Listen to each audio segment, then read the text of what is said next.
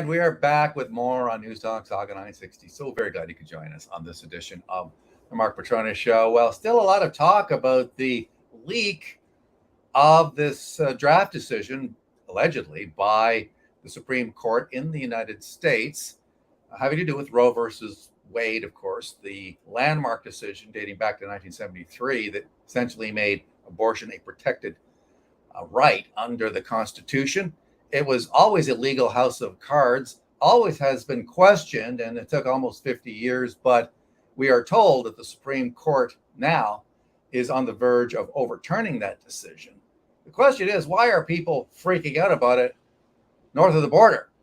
Is it possible that they're getting all their news from CNN and watching MSNBC, and they think somehow the decision south of the border has an impact here in Canada? Last time I checked, we were still an independent country. But you wouldn't know it by listening to some of the comments and even some of the reporters raising it. For instance, it was, I think, the first question raised during a campaign whistle stop by Doug Ford, leader of the PC party in Ontario, who had to remind this reporter, by the way, we are a different country, right? This is, of course, ridiculous. And yet here we are. The world is as crazy as it is. And Leo Knight, joining us from beautiful Vancouver, British Columbia, former police officer, former city cop, former RCMP member, expert in security, and a contributor to a terrific website called primetimecrime.com.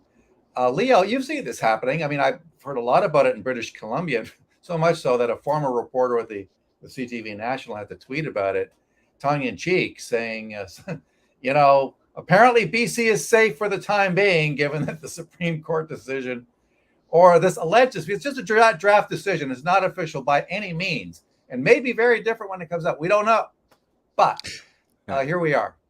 I don't know. Everybody from the Premier of British Columbia to the Prime Minister of Canada to the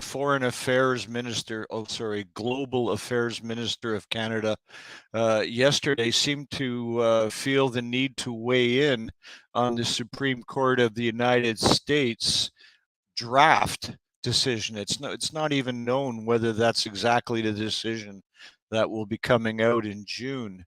It's a draft from February, and that's all it was. Yet everybody and his uncle seemed to feel the need to comment publicly, including the Prime Minister, who said, "The right to choose is a woman's right and a woman's right alone. Every woman in Canada has a right to a safe and legal abortion." Well, a couple of things to that. First off, it's U.S. Supreme Court, not Canada, so it has nothing at all to do with Canada. So I'm not entirely sure why the Prime Minister feels he should weigh in on a court decision, which is not even a decision. It's a draft at this point in a foreign country. I mean, I don't understand that, for one thing. Secondly, it's interesting to note that in Canada, there are no laws anywhere from coast to coast that say anything about a woman's right to abortion. There are no abortion laws in Canada anywhere. So again, you've got the Prime Minister mouthing off about something that's totally outside of his area of expertise, his area of authority, and in fact, outside of his own country. How much of this is a distraction from the fact that he continues to hold millions of Canadians hostage, essentially, prisoners of their own country, people who cannot fly out of Canada? I mean, it's like this Berlin Wall has been erected, and to me, this is coming back to bite Trudeau in the butt, because they can't justify it. Every other country has ditched it, and yet somehow he clings on to these mandates like somebody clinging on to a life preserver in the middle of the ocean. Leo?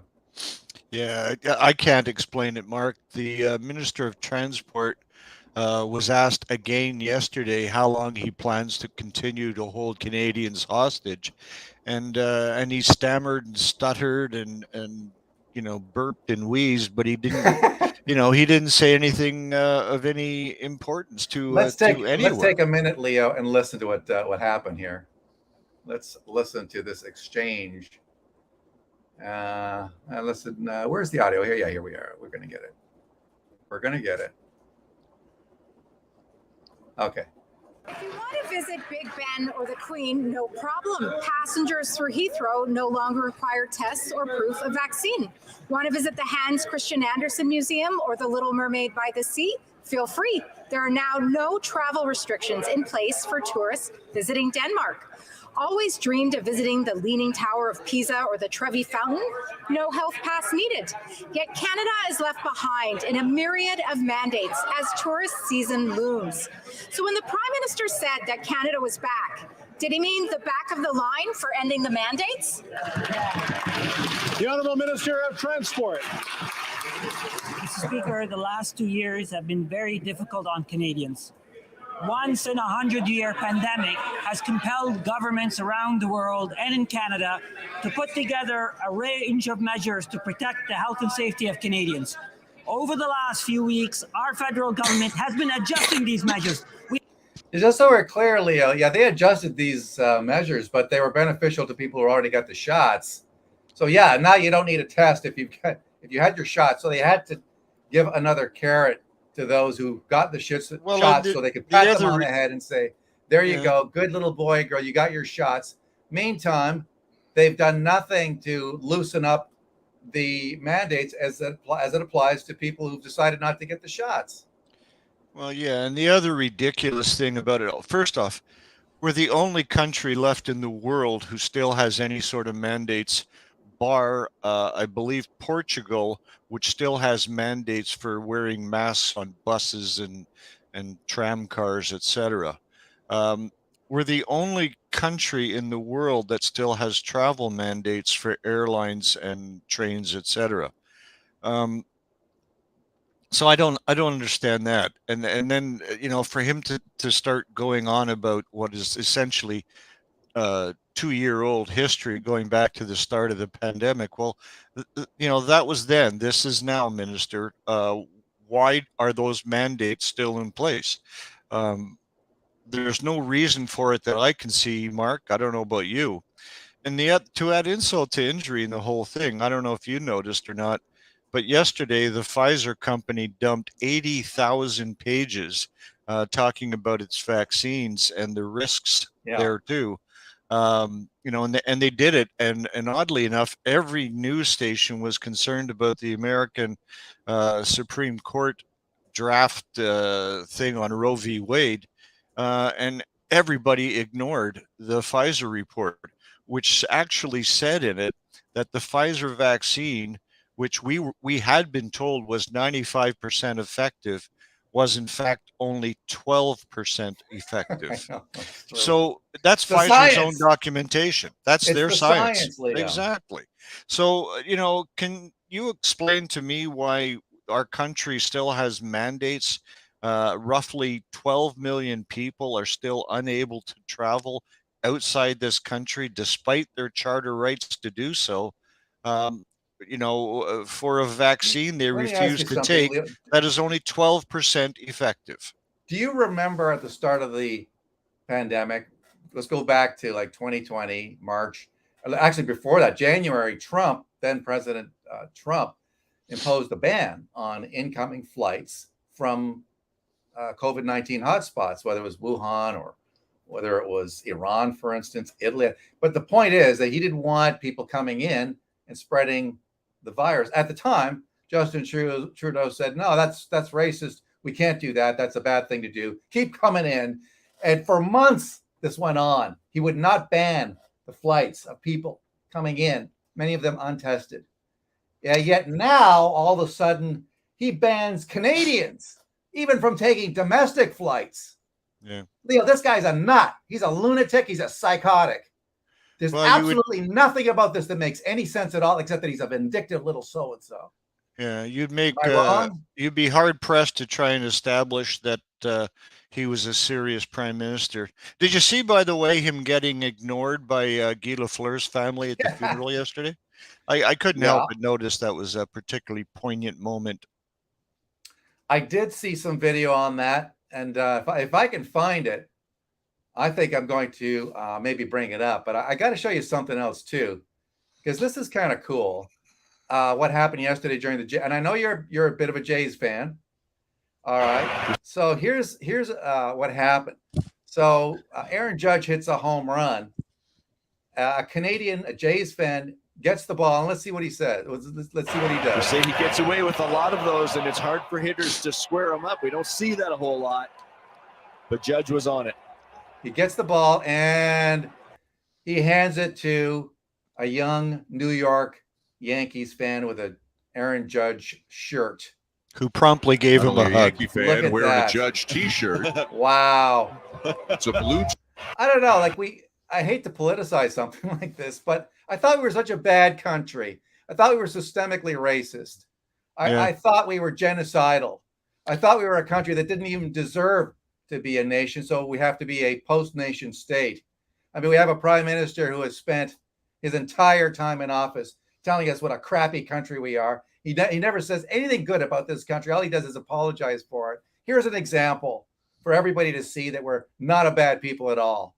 And the idea that we have to be a post-nation state is on him. That's absolutely wrong. Canadians deserve better than what they've got in Ottawa. I don't know. What say you? Am I making more out of this than I should be? Well, two things. First off, yes, you're right. I am a Jays fan, and I was watching the game live, so I saw that particular moment, and I pointed it out to my good lady at the time and said, "Look at that! See, we're humanity still is there in the country." It was a very nice, poignant moment, and especially made nice by the fact that little boy with the Judge T-shirt, leaped into that man's arms and gave him a hug around his neck, thanking him for the ball as he was crying. It was a very poignant moment and very nice. As far as the Prime Minister is concerned, news is dripping out daily on all of the things that the government did relative to the truckers' protest in February. The so-called Rolling Thunder protest on the weekend was, merely a blip, really. I mean, nothing happened except what the media tried to drum up, and even that was, as I say, insignificant. I should say, by the way, that it's going to cost the citizens of Ottawa and Ontario huge for that police response for the Rolling Thunder $3 billion, situation. I guess, was the I price think it'll be higher than that. Just counting the bodies that I saw in video and stuff like that, most of those people were on call-outs, obviously not regular scheduled shifts, or else they wouldn't be there. They'd be in their neighborhoods where they normally patrol. That's all overtime. Everything you saw was overtime, and it'll be well north of 3 million. To your point earlier about the Lafleur funeral, I don't know too much about Guy's politics. I understand that he may be a conservative, and so I don't know. Is that really what this was about? I don't know. Was it a political thing, or was it a past indignity or something that was said? Something, I don't know that Guy was political at all. And I have been watching Guy. I played Major Junior in Quebec. I was a year behind him coming up, and I remember watching him as he wore number 4 for the Quebec Ramparts, playing in a Memorial Cup tournament in it would have been the spring of 1971, I think. He was a hard drinking, hard smoking, hard playing, old school hockey player. Right? Old school. He was old school, and that's just who he was. Did he change? He went in retirement. He did a lot of PR stuff. He played with the old timers from Montreal. He traveled North America, doing those old timer fundraiser games and all that. And throughout all that, whenever I saw him, he was always the same Guy that I've always known, which was the hard drinking, hard smoking, old time hockey guy. Yeah, here's the tweet by somebody named Martin. Trudeau has so alienated himself from Canadians, Guy Lafleur's widow just walked past him at Lafleur's funeral. Let's see. It's a little dark, the video is, but let's watch. All right, so there she is. She's approaching, walks right past Justin Trudeau over to Premier Legault and his who stood, wife. by the way, if you notice that Justin stood as the family approached to get his whatever greetings, and they just totally ignored him. So even though he stood, was it calculated? Yeah, well, it was by Trudeau, and they ignored him. They turned a shoulder to him. I mean, Madame Lafleur. Leo Knight joining us on Saga 960 on the Mark Petronas Show here on Saga 960, and talking about a range of stories. You mentioned earlier about the ongoing evidence that continues to come up about Trudeau's misdeeds, as it were, ethical and otherwise, and the Trudeau or the Tories that keep pestering him about this, particularly around the Aga Khan, suggesting that there's more information now coming out. We find out that the RCMP, and you and I spoke about this, basically left Trudeau alone because he's Justin Trudeau and because they thought that it wasn't in the public interest not to go after Trudeau.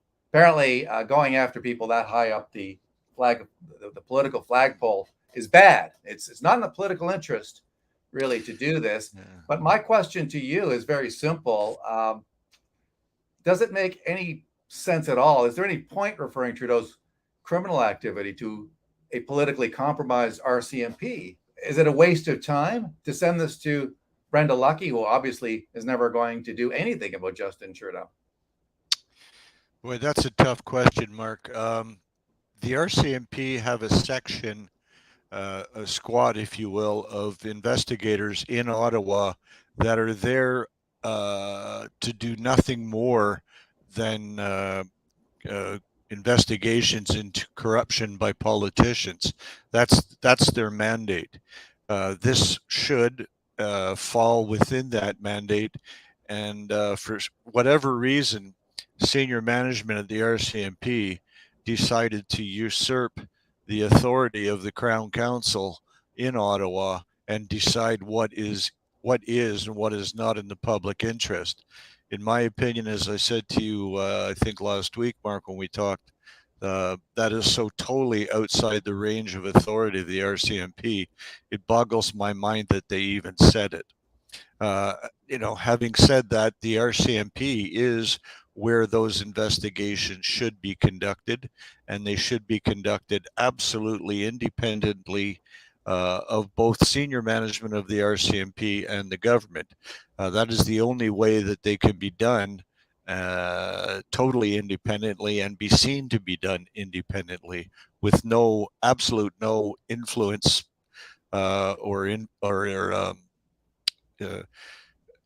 involvement of senior management of the RCMP or any Government of Canada member. But is that what's happening? I don't know. It certainly does not appear to be that way. We're hearing some stories, and you and I have discussed this, about some of the frankly abusive behavior that people had towards the Rolling Thunder protesters, demonstrators.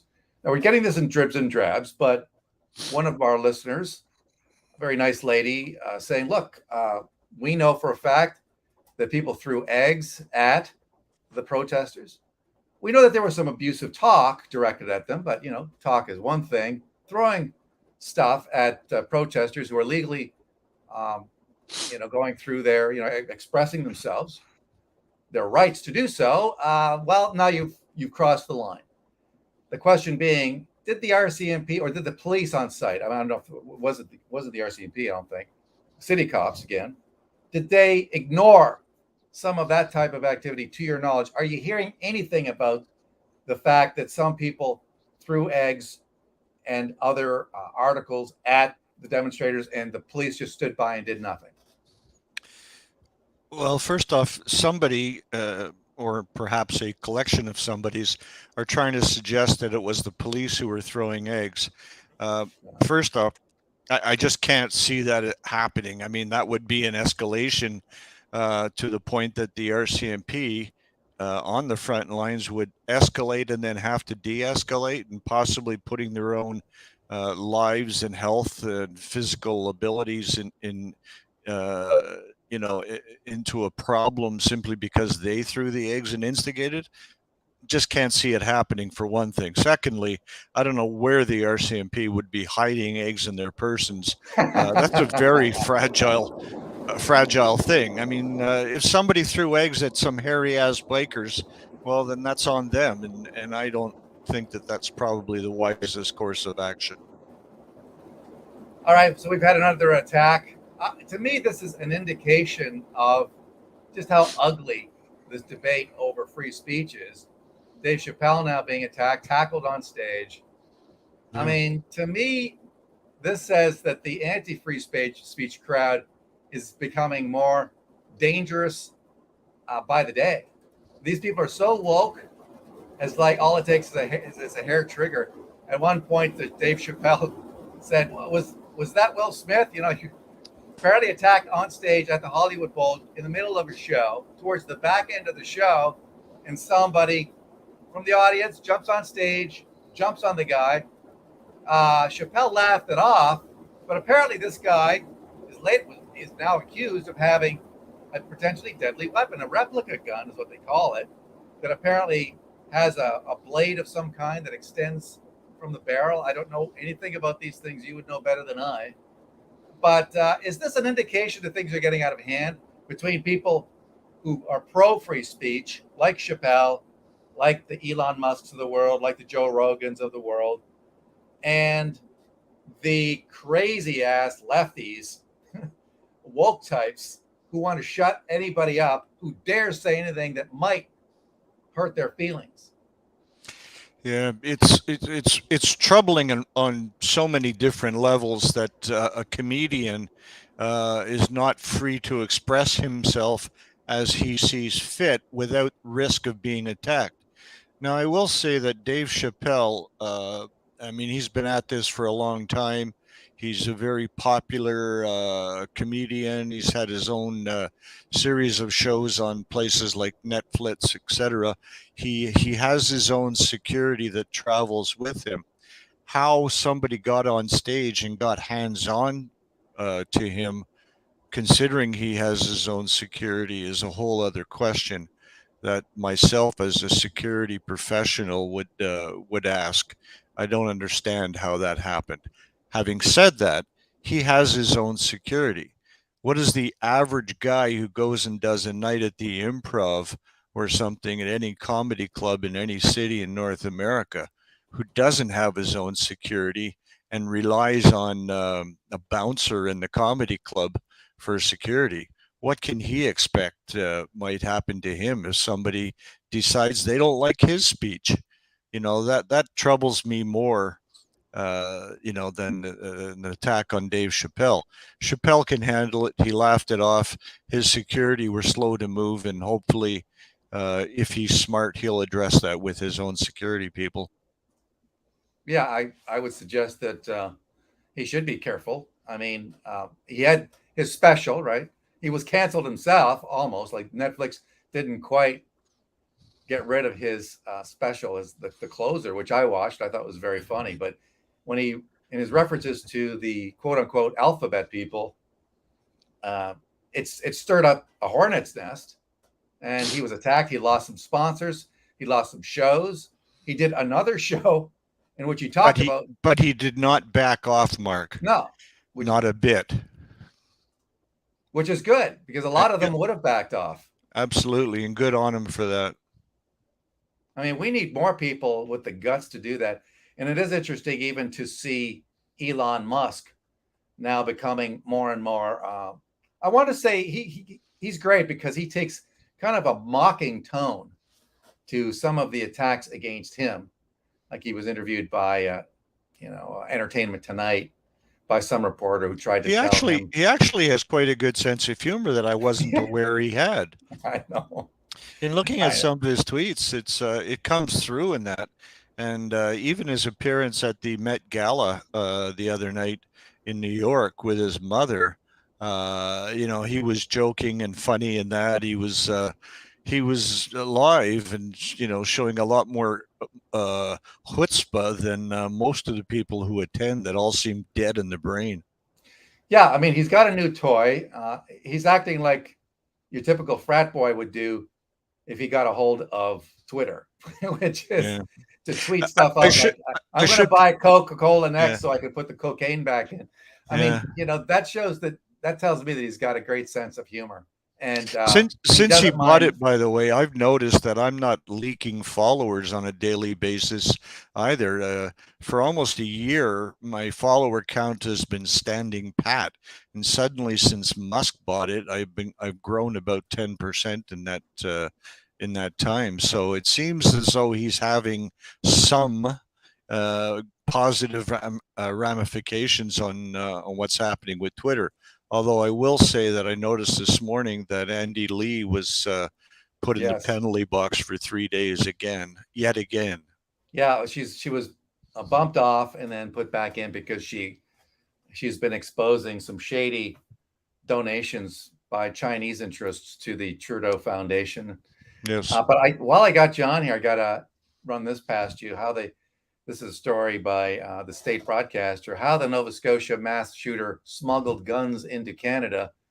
CBC News investigation found that though Sean Conlogi and at least one other person may have broken U.S. laws.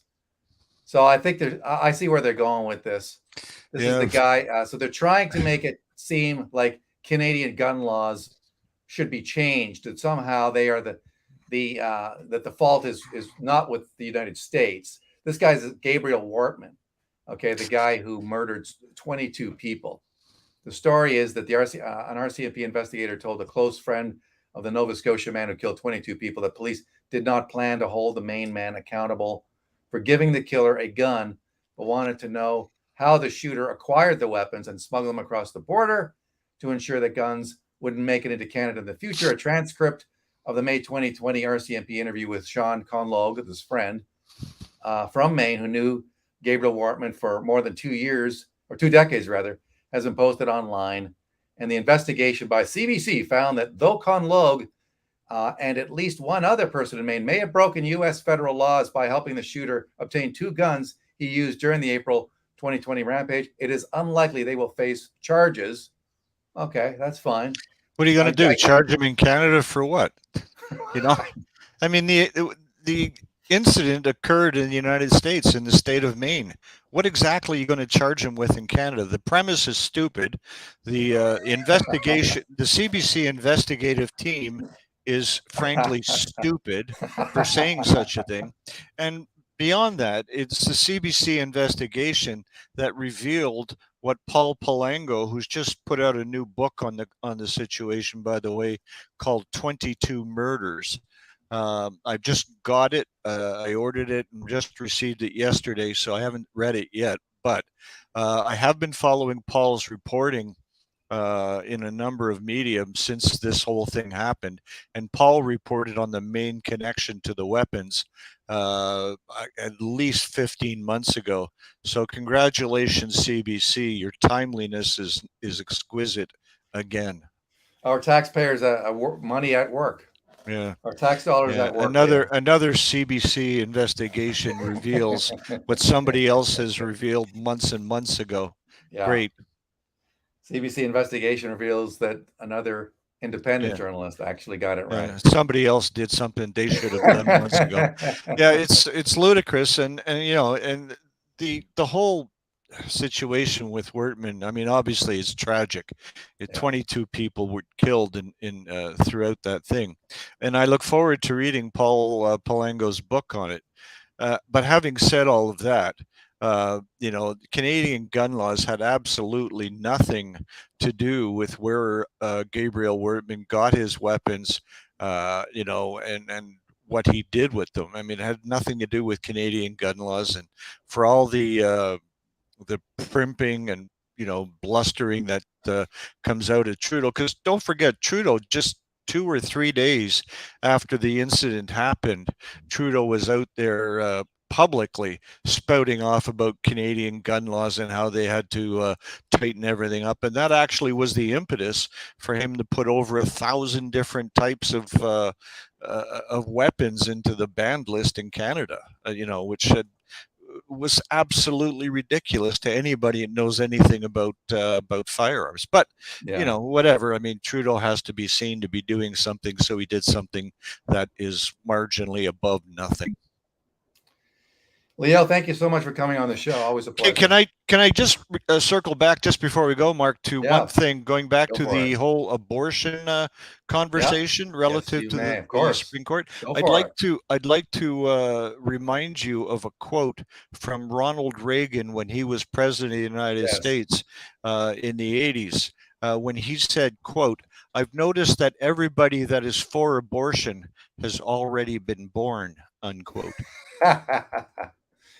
That is true. He did, in fact, say that.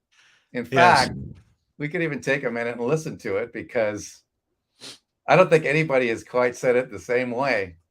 He had a great, he had a great sense of humor. Reagan did, and he consistently proves it. And he showed again why so much of what he says still rings true to this day. Let's listen to Ronald Reagan.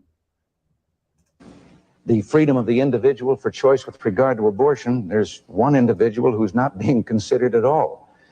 That's the one who's being aborted. And I've noticed that everybody that is for abortion has already been born. Yeah, there you go. I wish they'd held on to that a little longer, because I'm sure you got a laugh out of that. Yeah. It's a great line, Mark. Thank you, Leo. You're very welcome. Let's talk again. Check out primetimecrime.com, Leo Knight's terrific website. And we're going to take a brief commercial break. Back with more on News Talk Saga 960 and the Mark Petronis Show after this.